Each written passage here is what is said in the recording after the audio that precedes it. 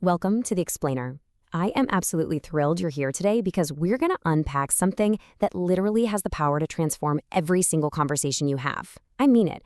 Whether you're navigating some massive multi-million-dollar business deal, trying to buy a car, or, just figuring out where to grab dinner with your spouse, you're negotiating. But today, we are totally throwing out that old, tired playbook of aggressive hardball tactics based on the groundbreaking insights from former FBI hostage negotiator Chris Voss in his book Never Split the Difference.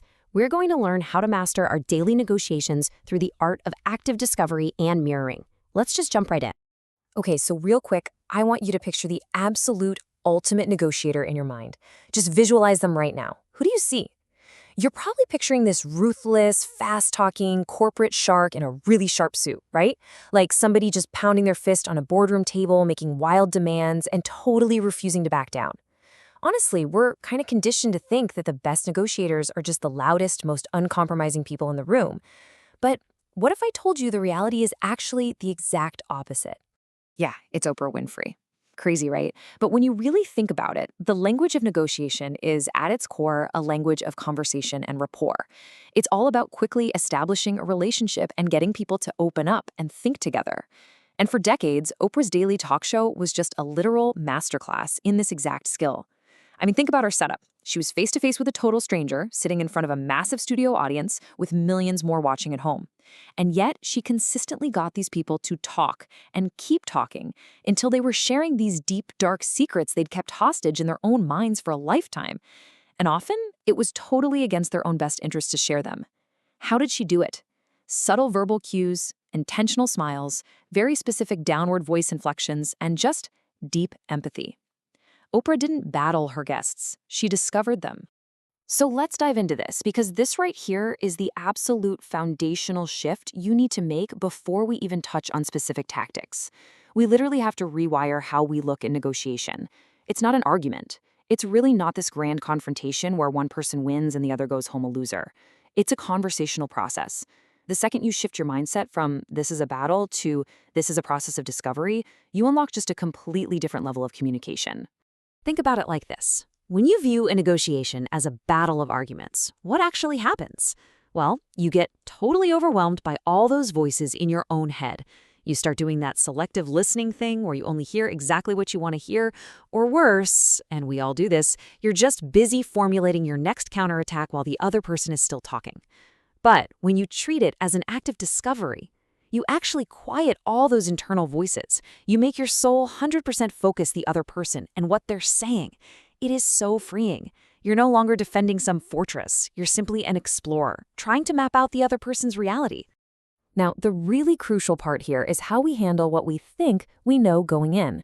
In any negotiation, literally the absolute worst thing you can do is commit to your assumptions. When you make assumptions and jump to conclusions before the conversation even really gets going, you are basically trying to navigate with a totally flawed map of the situation. The really great negotiators, they know there are going to be surprises. So instead of going in blind with assumptions, they use hypotheses. They use the whole negotiation process to rigorously test those ideas. As new information comes to light, you just toss out the wrong hypotheses and get closer and closer to the truth. You got to stay agile, keeping an open mind as the whole thing unfolds. There's actually a brilliant rule of thumb for all this. Uncover as much information as possible. But notice what's in the parentheses there. Don't prepare a counter-argument. Your primary goal right at the start isn't to convince them that you're the one who's right. Your goal is to uncover what your counterpart actually needs. Maybe that's money, maybe it's time, or maybe they just desperately need emotional validation. To figure that out, you've got to actively listen so they feel safe. Because here's the thing. When people feel safe, they open up, they talk way more, and they basically hand you the exact information you need to reach a truly successful agreement. All right, let's move on and look at how this builds into your physical toolkit. We've got the mindset down, right? But now we need to talk about execution. People get so obsessed over exactly what they're going to say. They'll literally script out entire speeches in their head. But the data actually shows that how you say something is often way, way more important than the actual words coming out of your mouth. Your demeanor, your tonality, those are the invisible forces steering the entire interaction. But wait, before you even worry about specific tones of voice, you have to remember this one golden rule. Slow it down. Moving too fast is arguably the most common mistake every single negotiator is prone to making. When we're in a huge rush to get to the solution, or we just rapid fire our responses, the other person instantly feels like they aren't being heard. And building trust? That takes time. If you rush it, you completely risk undermining all that rapport and safety you just worked so incredibly hard to build. Just take a breath. Pace yourself. Now, what's really interesting here is how you effectively have 3 distinct voices at your disposal. Let's look at the positive or playful voice first. Honestly, this should be your go-to, your default setting. You're relaxed, maybe you're even smiling, which, yes, absolutely translates, even if you're just on the phone. And you're good-natured. This voice promotes collaboration and keeps everyone's mind agile. Then you've got the famous late-night FM DJ voice. You want to use this one selectively, usually to make a point or bring calm to a chaotic moment. You speak slowly, clearly, and you drop your inflection downward at the end of your sentences. It subconsciously signals that you're in control, creating this aura of authority and trust, but without triggering any defensiveness. And finally, the direct or assertive voice. Use this rarely, like almost never. It pretty much guarantees you're going to get pushback and resistance.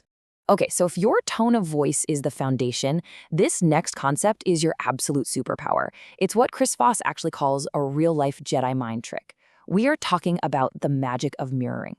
See, on a purely biological level, we humans are totally terrified of what's different, but we are magnetically drawn to what's similar. Mirroring is basically the art of insinuating similarity. It taps so deeply into human psychology to facilitate bonding and establish trust, and it does it almost instantly.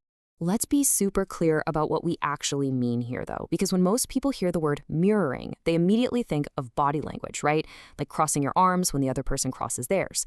But in this specific negotiation context, we are strictly talking about verbal mirroring. It is incredibly simple, but man, is it devastatingly effective.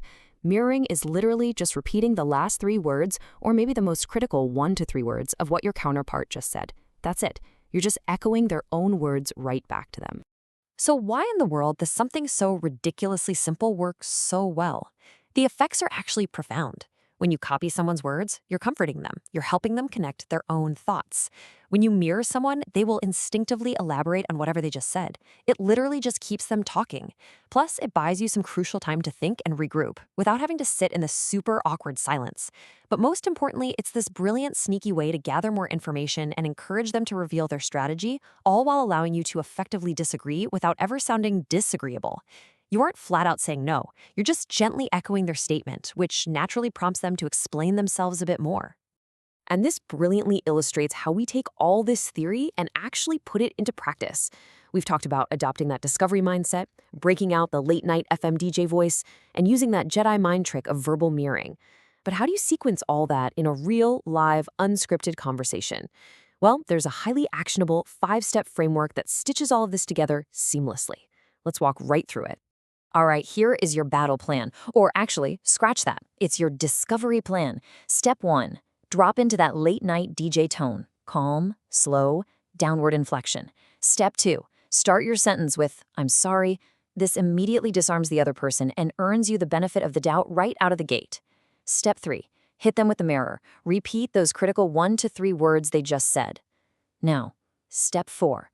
This is where the absolute magic happens, and frankly, it's where most people mess up. Be silent. You literally have to stay silent for at least 4 full seconds. I know, it's going to feel like an absolute eternity, but you have to let the mirror do its thing. That silence creates a conversational vacuum, and the other person will feel completely compelled to fill it with more information. And finally, step 5, just repeat the process as much as you need to. As we start bringing all these concepts together, I want you to keep this really powerful quote in mind. Positivity creates mental agility in both you and your counterpart.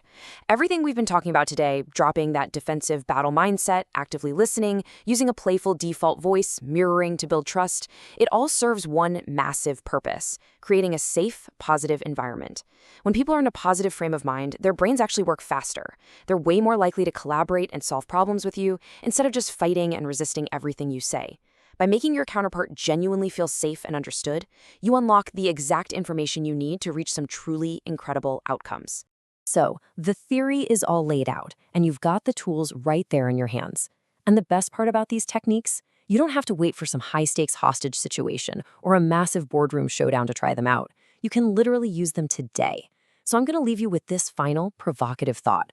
Who were you going to practice your new late-night FM DJ voice or your mirroring techniques on today? Seriously, try it with a coworker, the barista at your coffee shop, or even your family members. Be a mirror, slow everything down, and just watch the magic of active discovery unfold right in front of you.